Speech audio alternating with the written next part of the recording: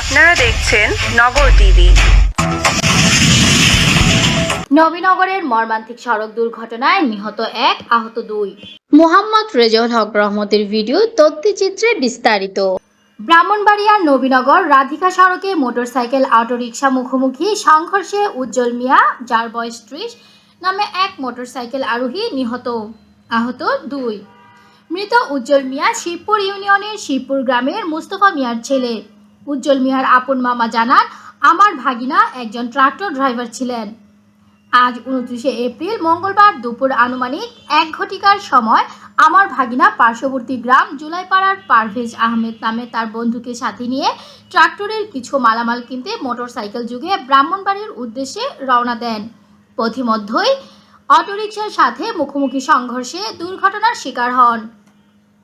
প্রত্যক্ষদর্শীদের ভাষ্যমতে ব্রাহ্মণবাড়িয়াগামী 2 জন মোটরসাইকেল আরোহী ধনাশী নামক স্থানে পৌঁছলে বিপরীত দিক থেকে একটি অটোরিকশা এসে মুখোমুখি সংঘর্ষ হয়।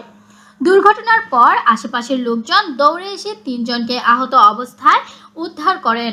উদ্ধারের পর সাথে সাথে পারভেজ আহমেদকে ব্রাহ্মণবাড়িয়া সদর হাসপাতালে ও উজ্জ্বল মিয়াকে নবীনগর উপজেলা স্বাস্থ্য কমপ্লেক্সে পাঠিয়ে দেন এবং অটো চালককে গ্রামীণ পল্লী চিকিৎসকের কাছে নিয়ে যায়। নবীনগর উপজেলা স্বাস্থ্য কমপ্লেক্সের কর্তব্যরত চিকিৎসক উজ্জ্বল মিয়াকে মৃত ঘোষণা করেন। তিনি আরও বলেন, মাথায় এবং বুকে গুরুতর আঘাতের কারণে পথিমধ্যেই উজ্জ্বল মিয়া মৃত্যুবরণ করেন। এদিকে পারভেজ আহমেদ মুমূর্ষ অবস্থায় ব্রাহ্মণবাড়িয়া সদর হাসপাতালে চিকিৎসাধীন আছেন। প্রত্যক্ষদর্শীরা আরও বলেন, মোটরসাইকেলের গতি বেশি থাকার কারণে এই দুর্ঘটনা হয়েছে বলে তাদের ধারণা। একমাত্র উপার্জনকারী উজ্জ্বল মিয়াকে হারিয়ে তার পরিবার এখন দিশেহারা। নগর টিভির সাথে থাকার জন্য আপনাদের সকলকে ধন্যবাদ। দ্রুত নিউজ পেতে নগর টিভির সাথেই থাকুন। আসসালামু আলাইকুম।